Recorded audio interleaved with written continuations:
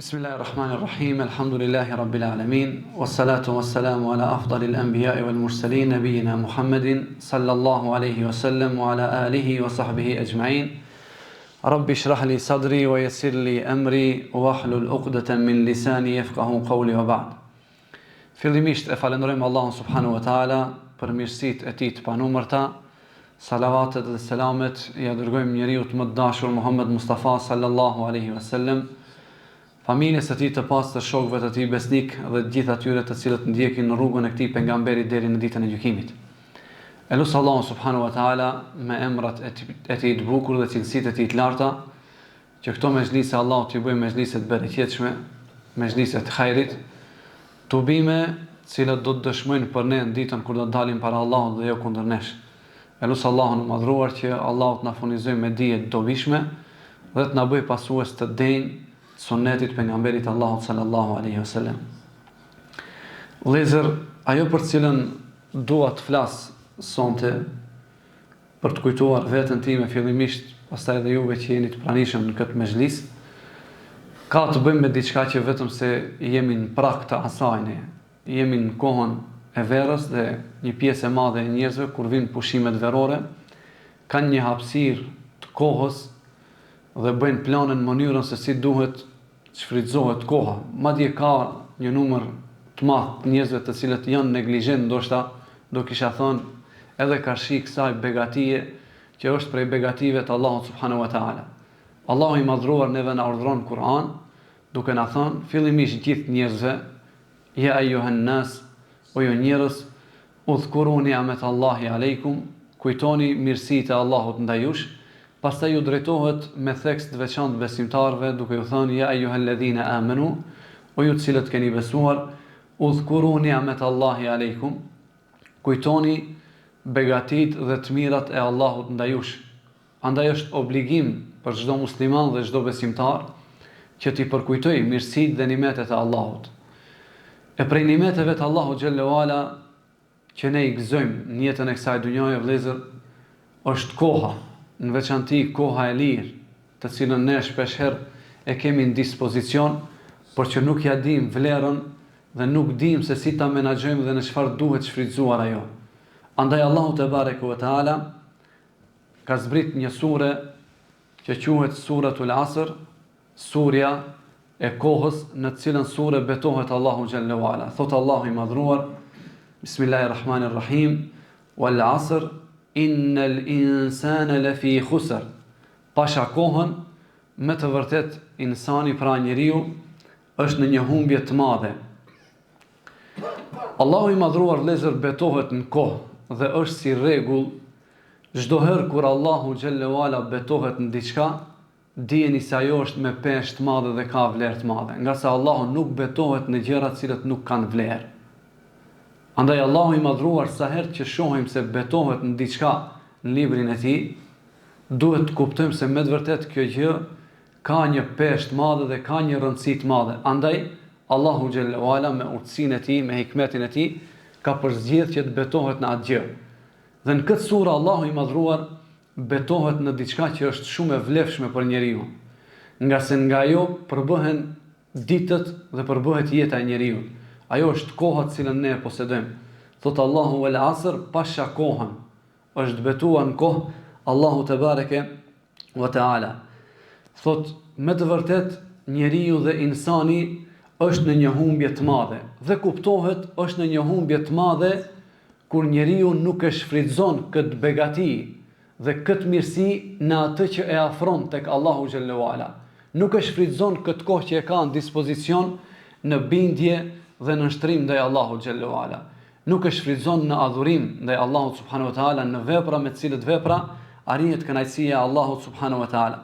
Allahu i madhruar në surën El-Mu'minun në ajetin 115 thot: "Efe hasibtum annama khalaqnakum abatha", a menduat ju ose a llogaritni ju, a mendoni ju se ne ju kemi krijuar së koti, do të thonë thjesht sa për të kaluar këtë dunjë, për të jetuar disa vite të jetës kësaj dunjoje dhe më pas të kthehemi tek Allahu xhallahu ala. Andaj vëllezër, tek muslimani dhe tek besimtari koha duhet ketë jashtëzakonisht një vlerë të madhe dhe duhet ta kuptoj një gjë, se Allahu subhanahu wa taala asnjërin prej neve nuk e ka krijuar së koti jetën e kësaj dhunjaje. Dhe gjithë ne e dim ajetin kuranor që thot Allahu xhallahu ala, "Wa ma khalaqtul jinna wal insa illa liya'budun." Nuk i kam krijuar xhinët dhe njerëzit për asgjë tjetër vetëm se për të më bërë ibadet mua. Andaj shfrytëzimi i kohës në mënyrën më të mirë dhe në mënyrën më të favorshme për besimtarin është kur ai e shfrytëzon ato me çfarë? Për qëllimin për cilin e ka krijuar Allahu xhallahu ala, për ibadet, për adhurim. Dhe siç e dim, definicionin e adhurimit dhe ibadetit, atë që ka thënë Sheikhul Islam Ibn Taymiyyah rahimahullah, se ibadeti është çdo fjalë dhe çdo punë, qoftë ajo e jashtme apo e brendshme, me të cilën kënaqet Allahu subhanahu wa taala. Andaj kur e kuptojmë këtë definicion të adhurimit dhe të ibadetit, ne e shohim se nuk është ibadet vetëm ajo të cilën na duket neve në shikim të parë, vetëm namazi. Po ibadet është kur je i dobishëm edhe në shoqërinë tënde, kur je i dobishëm në familjen tënde, edhe puna yte gjatë ditës tënde, nëse është me një jetë të pastër që ti ta furnizosh familjen tënde, të kujdesesh për të, edhe kjo konsiderohet dhe llogaritet ibadet tek Allahu subhanahu wa taala. Andaj kanë thonë për dietarëve, sa të zgjuar dhe sa të mençur janë ata njerëz të cilët din adetet t'i bëjnë ibadete. Me çfarë i bëjnë ibadete adetet? I bëjnë nëpërmjet niyetit. Bien gjumë me një nijet që të zgjohet për të qenë i freskët, për t'ju bindë Allahu subhanahu wa taala në namazin e sabahut. Ushqehet dhe furnizohet për të qenë i shëndetshëm dhe i fuqishëm fizikisht, për të qenë një besimtar i fortë dhe për të arritur kënaqësinë e Allahu xhallahu ala, për të qenë sa më produktiv në mesin ku ai jeton dhe vepron. Andaj për besimtarin nuk ka kohë të kotë, për besimtarin nuk ka kohë për humbje. Nga sa Allahu xhallahu ala si shtam na tha efe hasibtum, a menduat enema khalaqnakum abatha, se ne ju kemi krijuar juve kot që të humbisni kohën. Andaj sa shohim vëllezër ne sot njerëz cilët i takojmë nëpër kafene, nëpër lagje ku jetojmë ne, cilët kanë dalë dhe ne i pyesim se çfarë bën, thotë kam dalë që ta humbi kohën. Kam dalë që ta humbi kohën. Ndërkaq ka pat prej selefit, prej të parëve tanë, të cilët dilnin dhe ju thoshin njerëzve a ka dikush kohë për të shit, nga se nuk ju premtonte koha në ibadet, në adhurim, në kërkim të dijes dhe në gjëra të cilët ata e arrinin kënaqësinë e Allahut subhanahu wa taala. Andaj pejgamberi Allahut sallallahu alaihi wasallam në lidhje me këtë për të cilën ne po flasim, pas surës cilën e përmenda, edhe pse harrova të potencoj se Imam Shafiu, Allahu i mëshiroft, ka thënë për surën El Asr, në qoftë se Allahu i madhruar nuk do të zbriste asgjë tjetër nga Kur'ani përveç surës El Asr, do t'i mjaftonte njerëzve të ditur, njerëzve të zgjuar, që të merrnin mësimin e duhur në jetën e kësaj dhunjaje. Nga kush?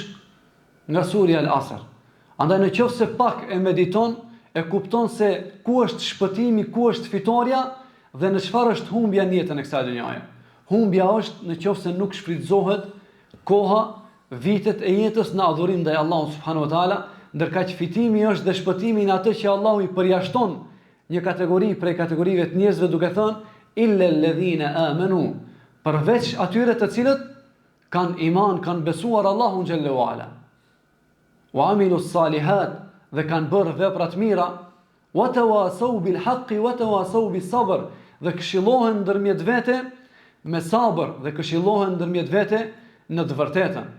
Andaj përveç këtyre njerëzve të cilët i kanë përvetësuar këto cilësi, kanë iman në Allahun, bëjnë vepra të mira, shikoni vëllezër, nuk mjafton vetëm çështja e besimit, sepse shpesh herë ne mashtrohemi, ose shoqëria jonë dhe njerëzit tonë mashtrohen duke thënë se besojnë Allahun dhe kanë zemër të mirë duke neglizhuar veprat.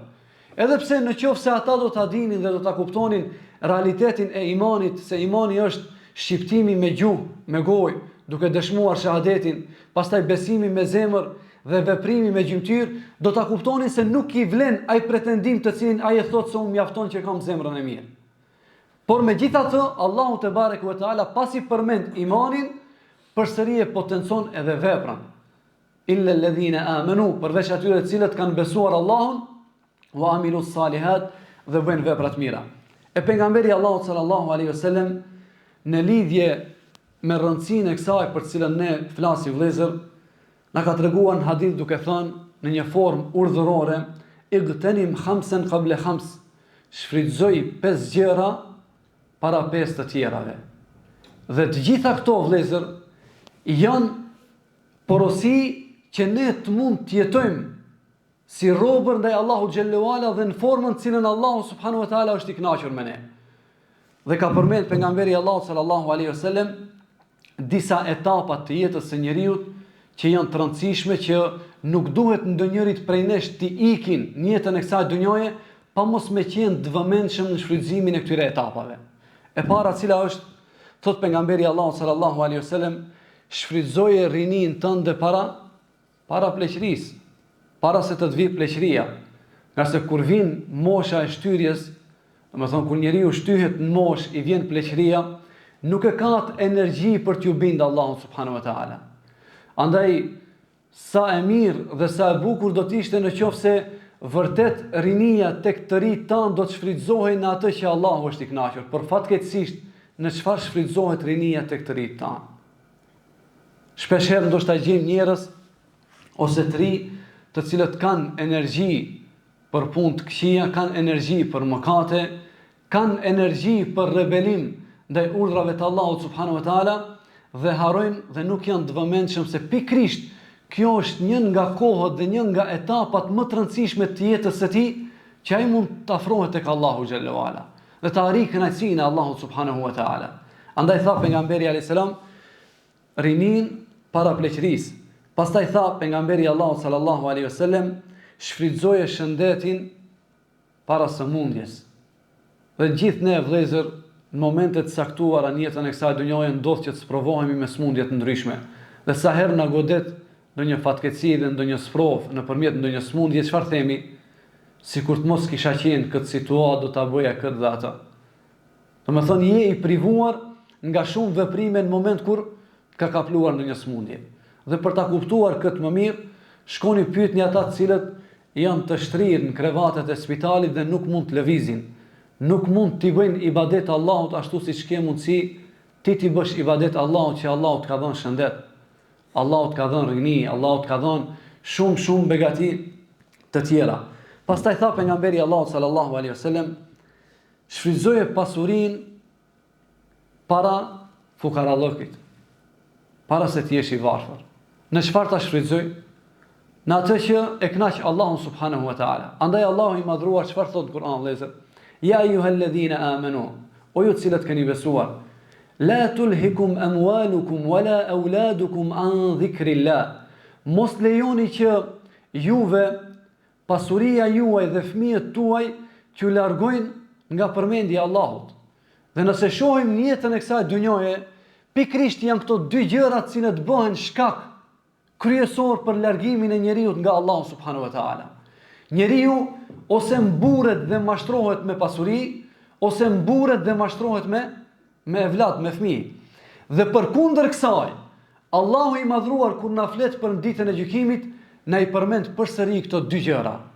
Se ti po je munduar dhe je angazhuar dhe ke bërë gjithçka për këto dy gjëra, ama do të vijë momenti që vallahi këto dy gjëra nuk do të bëjnë dobi nëse ke neglizhuar bindjen dhe nështrimin ndaj Allahut subhanahu wa taala. Ke neglizhuar përmirësimin e zemrës tënde. Andaj Allahu i madhruar thot, duke përshkruar gjendjen e ditës kur do të dalim para Allahut te bareke ve taala, yawma la yanfa'u malun wala banun illa man ata Allah bi qalbin salim. Atë ditë nuk do t'i bëj dobi njeriu, as malli, as pasuria e tij, e as evladi me të cilën ai mburrej në dunjë. Këto dy gjëra të cilët ja harxhuan kohën dhe ja morën vitet më të mira të jetës ndoshta njeriu në dunjë, do të dalë para Allahut dhe nuk do t'i bëjnë dobi. Çfarë do t'i bëjë dobi njeriu? Qalbun salim, illa man ata Allah bi qalbin salim. Përveç atij njeriu i cili vjen me një kalb të shëndosh, me një zemër të mirë. Po jo zemër e mirë sikurse zemra e shumë njerëzve të cilët pretendojnë. Zemër e mirë është ajo zemër e cila është e mbushur me tauhid ndaj Allahut subhanahu wa taala, e cila di ta njësoj Allahun në gjitha format e saj, në ibadet, di ta njësoj Allahun në emrat dhe cilësitë e tij, di ta njësoj Allahun se Allahu është krijuesi, Allahu është furnizuesi, Allahu është shëruesi e kështu me radhë. Kjo është zemër e shëndosh. Zemër e cila është e mbushur me dashuri për Allahun dhe me dashuri për pejgamberin e Allahut sallallahu alaihi wasallam. Kjo është ajo zemër e cila do t'i bëj dobi njeriu kur do të dalë para Allahut subhanahu wa taala. Po nuk ka mundësi vëllezër që kjo zemër të jetë e tillë nëse njeriu nuk e ka shfrytzuar në këto gjëra. Nëse nuk e ka shfrytzuar rinin e tij për t'u afruar tek Allahu. Nëse nuk e ka shfrytzuar shëndetin e tij, nuk i ka shfrytzuar gjymtyrët e tij, duart e tij, këmbët e tij në atë që Allahu është i kënaqur. Nuk ka mundësi që këmbët të cilët nuk e çojnë një njeri në xhami t'ia mundsojnë që atij njeriu të ketë një zemër të shëndosh kur dale para Allahut te bareke ve teala. Andaj pejgamberi Allahut sallallahu alaihi wasallam tha, shfrytëzoje pasurinë para fukarallëkit. Dhe tha pejgamberi Allahut sallallahu alaihi wasallam, shfrytëzojeni kohën e lirë para se të preokupoheni, para se të jeni të zënë me çështje të ndryshme të jetës kësaj dhunjaje. Andaj ata të cilët për shembull kanë qenë në kohë rinie duke mos pas përgjegjësi, duke mos pas familje, nuk mund të jenë të njëjtë me ata të cilët kanë krijuar familje dhe kanë përgjegjësi ka shi fëmijëve të tyre. Padyshim se këta janë më të preokupuar dhe janë më të zënë se sa ata të parët. Andaj njeriu gjithmonë duhet të shfrytëzojë momentet dhe hapësirat dhe kohrat në cilët ai gjendet i lirë, në atë që gjithmonë e përmendim dhe potencojmë, në atë që e kënaq Allahun subhanahu wa taala. Dhe thot pejgamberi Allahut sallallahu alaihi wasallam, duke përmbyll këtë hadith, thot dhe shfrytëzoje jetën tënde para vdekjes. Në ajetin që e përmendëm pak më lart në surën Al-Munafiqun, që thamë se thot Allahu i madhruar, ja ayyuhalladhina amanu, o ju të cilët keni besuar, mos lejoni që pasuria dhe fëmijët tuaj t'ju largojnë nga përmendja e Allahut. Wa man yaf'al dhalika fa ulaika humul khasirun. E kushdo që bie në këtë kurth, duke u larguar nga përmendja e Allahut, nga rruga e Allahut për shkak të pasurisë dhe për shkak të fëmijëve të tyre, thot Allahu i madhruar, pikrisht këta janë ata të humburit. E çfarë thot Allahu i madhruar më pas? Wa anfiqu mimma razaqnakum. Dhe jepni nga çfarë? Nga ajo që ju e keni fituar vetë nga zgjuarësia juaj? Jo vëllezër, Allahu i madhruar thot wa anfiqu mimma razaqnakum. Jepni nga ajo që ne ju kemi dhënë juve. Allahu ta ka dhënë pasurinë, Allahu ta ka dhënë kohën e lirë, Allahu ta ka dhënë shëndetin. Dhe dhënia në këtë rast është përmend pasuria për shkak se njihet një nga format e bujarisë. Po dhënia nuk është gjithmonë me të holla me pasuri. Për këtë arsye vëllezër, Ibn Kaimi ka thënë, bujaria me kohë është më e vlefshme se sa bujaria me të holla. Çka nën kupton kjo? Me ndajt kohë për dikë, kjo realisht i bie që i ke dhënë më shumë ndonjëherë se sa me i dhënë pare. Për shkak se koha është më e vlefshme se sa pasuria. Edhe pse njerëzit nuk e dinë. Njerëzit nuk janë të vetëdijshëm nëse ti e ndan një kohë për ta zgjedhur një hall të tij, në jetën e tij. Nuk e çmon kohën tënde. Dhe nuk e kupton se koha që ti ke ndarë për të, vallahi ndoshta është më e shtrenjtë se sa ti kishe dhënë mijëra euro ose ku ta di unë ndonjë pasuri ose ndonjë kosto të madhe. Sepse ai nuk e ka kuptuar realisht vlerën e kohës. E Allahu i madhruar thotë, jepni nga ajo që ne ju kemi dhënë. Para se të vijë një ditë për secilin prej jush, që ti thotë Allahu te bareke ve teala, o Allah, sikur të më kishe kthyer edhe një herë në dunjë, që t'jap sadaka dhe t'isha bërë prej njerëzve të mirë. E Allahu i madhruar thot, وَلَنْ يُؤَخِّرَ اللَّهُ نَفْسًا إِذَا جَاءَ أَجَلُهَا وَاللَّهُ خَبِيرٌ بِمَا تَعْمَلُونَ. E Allahu askujt nuk ja vonon atë afatin, atë caktimin, atë jetën, cilën ai ka pas për ta jetuar në jetën e kësaj dhunjaje. Ke bërë 60 vite, 70 vite, kur vjen momenti i vdekjes nuk ka më kthim mbrapa vëllezër. E Allahu tregon dëshirën e këtij njeriu që të kthehet dhe një herë në dunjë. Ta shfrytëzoj atë pasurinë cilën e ka patë, por nuk dinte se ku ta jepte. nuk dinte që të ishte bujar, nuk dinte të shfrytëzonte rinin e tij, nuk dinte që të shfrytëzonte jetën e tij. Andaj pejgamberi Allahu sallallahu alaihi wasallam thotë, e shfrytëzojeni jetën para se të vi momenti i vdekjes. Është edhe hadithi plot kuptim i cili thot pejgamberi Allahu sallallahu alaihi wasallam, ni'matani maghbunun fihima kathirun minan nas, janë dy nimete, janë dy mirësi që shumë prej njerëzve janë të mashtruar dhe nuk u adin vlerën ashtu siç duhet.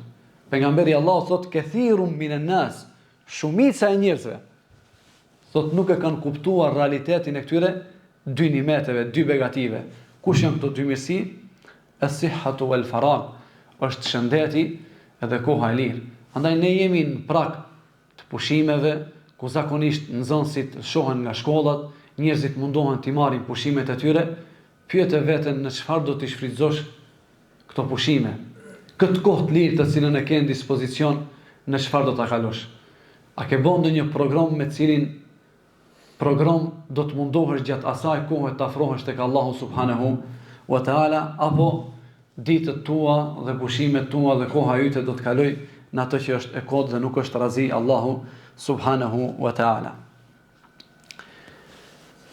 Ajo që kam përmend më pas vëllezër është dhe që është e nevojshme jashtëzakonisht, jo rastësisht e përmenda në fund çështjen e fëmijëve, domethënë nga se shohen ato nga shkollat, nuk ka mënyrë më të mirë për besimtarin, por në veçanti për prindrit, që ta shfrytëzojnë kohën e pushimeve se sa të angazhohen me edukimin e fëmijëve të tyre. Ase gjithë ne ankohemi dhe qahemi se nuk na premton koha, nuk arrim që t'i gjejmë fëmijët kur duam ne, që të qëndrojmë afër tyre, të mundohemi dhe të angazhohemi t'u japim një edukat mirëfillt dhe t'i edukojmë ata në frymën islame. Vjen koha e pushimeve, le të jetë qëllimi i çdo njërit prej nesh që kohën e lirë ta kalojmë duke insistuar në edukimin e fëmijëve tanë. Nga sa Allahu i madhruar thot në Kur'an, ja ayyuhalladhina amanu qu anfusakum wa ahlikum nara. O ju të cilët keni besuar, ruajeni veten dhe familjen tuaj nga zjarri i xhenemit. Vëllezër, vallahi jashtëzakonisht është e madhe nevoja që ne të merremi me familjet tona, me fëmijët tanë. Sa vllau musliman që janë rrit fëmijët ka probleme me fëmijët e tyre, nuk ja falin namazin. Diçka që është esenciale, obligimi më madhështor, kushti i dytë i fesë islame, nuk zbatohet në familjet e shumë muslimanëve. Andaj kjo duhet na bëjë të kuptojmë se nevoja është shumë e madhe që të shfrytëzojmë kohën duke u angazhuar në vetëdijesimin e antarëve të familjes, në vetëdijesimin e fëmijëve tanë, në edukimin e brezave të ri. Andaj është përgjegjësi e madhe. Siç përmendëm se Allahu i madhruar ka për me na marrë në llogari neve që të ruajmë fillimisht veten tonë, ja ayyuhalladhina amanu qu anfusakum, ruajeni veten, pastaj familjarët e tu, antarët e shtëpisë, fëmijët e tu, bashkëshortën tënde, a janë prej njerëzve të cilët i binden Allahut subhanahu wa taala. Dhe ka thënë pejgamberi Allahu sallallahu alaihi wasallam, kullukum ra'in, çdo njeri prej jush është bari, është çoban. Dhe thot pejgamberi Allahu sallallahu alaihi wasallam, wa kullukum mas'ulun an ra'iyatihi, dhe gjithë secili prej jush është përgjegjës për kopën e tij. Andaj unë dhe ti jemi përgjegjës për familjet tona, për fëmijët tanë, sepse Allahu subhanahu wa taala do të na pyes në çfarë e kemi shfrytzuar kohën kur kemi pas kohë të lirë. A jemi angazhuar në edukimin e fëmijëve tanë? Dhe se familja është emanet prej emaneteve të Allahut, dhe se edukimi i fëmijëve tonë ka nevojë për kohë dhe ka nevojë për një mundë, një angazhim të madh, sidomos në këtë kohë të fitneve ku dyert e të keqes, domethënë janë të hapur me të madhe.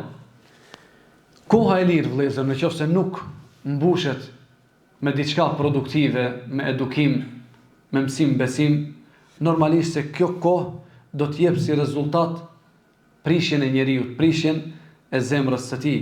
Dhe siç kanë thënë Ibn Qayyim rahimahullah, dhe koha e lirë për njeriu që nuk angazhohet me atë që arrin kënaqësinë e Allahut subhanahu wa taala është miftahu li kulli sharr, është çelësi i çdo të keqe.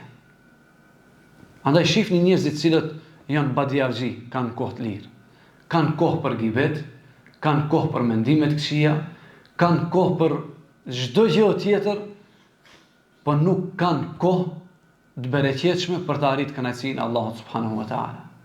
Andaj mundohu që ta shfrytëzosh kohën e lirë në atë që Allahu xhallahu ala është i kënaqur.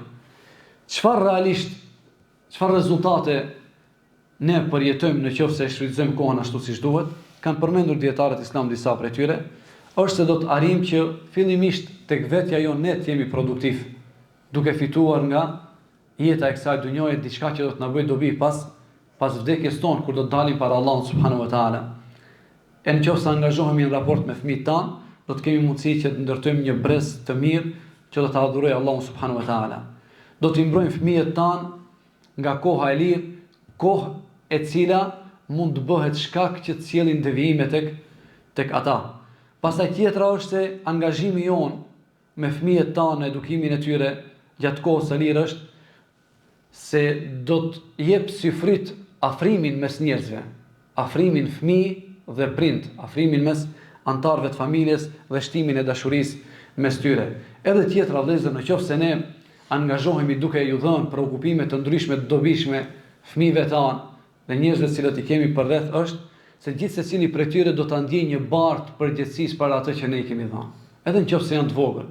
E di se për shembull këtë kohë ka për ta bërë dhikrin e mëngjesit, vjen mbrëmja dhikrin e mbrëmjes, në një program në atë që është e dobishme, andaj dhe shfrytëzoj rastin që për ata vëllezër të cilët nuk e dinë, Uniteti Islam gjithmonë kur vjen koha e pushimeve verore, organizon një aktivitet jashtëzakonisht dobishëm dhe të frytshëm. Ajo është summer school, domethënë shkolla verore, cila është një kurs intenziv ku fëmijët edukohen, mësojnë parimet bazë të fesë islame dhe angazhohen me atë që është e dobishme. Mësojnë lëndë të ndryshme, sikurse hadithet pejgamberit Allahut sallallahu alaihi wasallam, një nga format në të cilat ne, shoqëria jon, popullata jon, domethënë mund ta shfrytëzoj si projekt, si aktivitet me qëllim që fëmijët e tyre të jenë të dobishëm. Dua të përmendi disa thënie të dietarëve. Thot Hasan al-Basri rahimahullah: "Ya ibn Adam, o biri Ademit, inma anta ayyam." Ti je vetëm disa ditë, ti përbohesh nga disa ditë. Kullama dhahaba yawmun, sa herë që shkon një ditë, shkon një pjesë e ytja. Ti përbohesh nga disa ditë. Sa herë që shkon një ditë, kalon një ditë, domethënë ka kaluar ose të ka shkuar edhe një pjesë e ytja.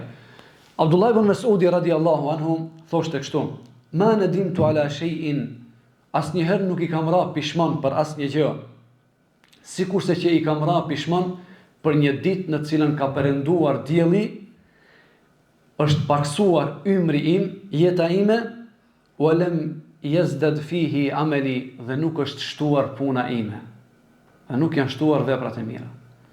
Andaj thot Abdullah ibn Mas'udi, asnjëherë nuk i kam ra pishman për asgjë, përpos se një ditë në cilën ditë ka perënduar dielli, kam qenë i vetëdijshëm se është duke u paksuar ymri im dhe nuk janë shtuar punët e mia dhe veprat e mia. Andaj kjo është një begati prej begative të Allahut subhanahu wa taala, që gjithë secili prej nesh vëllezër duhet mundohet ta shfrytëzojnë atë që është e dobishme për veten e tij, për familjen e tij dhe për mbar këtë ummet. Elus Allah subhanahu wa taala që Allahu të na bëjë nga ata njerëz të cilët e dinë vlerën e kohës dhe dinë mënyrën se si ta shfrytëzojnë këtë kohë me qëllim që të arrijnë kënaqësinë e Allahut subhanahu wa taala. Aqulu qawli hadha wa astaghfirullaha li wa lakum wa li sa'iril mu'minina fastaghfiruhu min kulli dhanbin innahu huwal ghafurur rahim. Allahu shpërblet për ndëgjimin.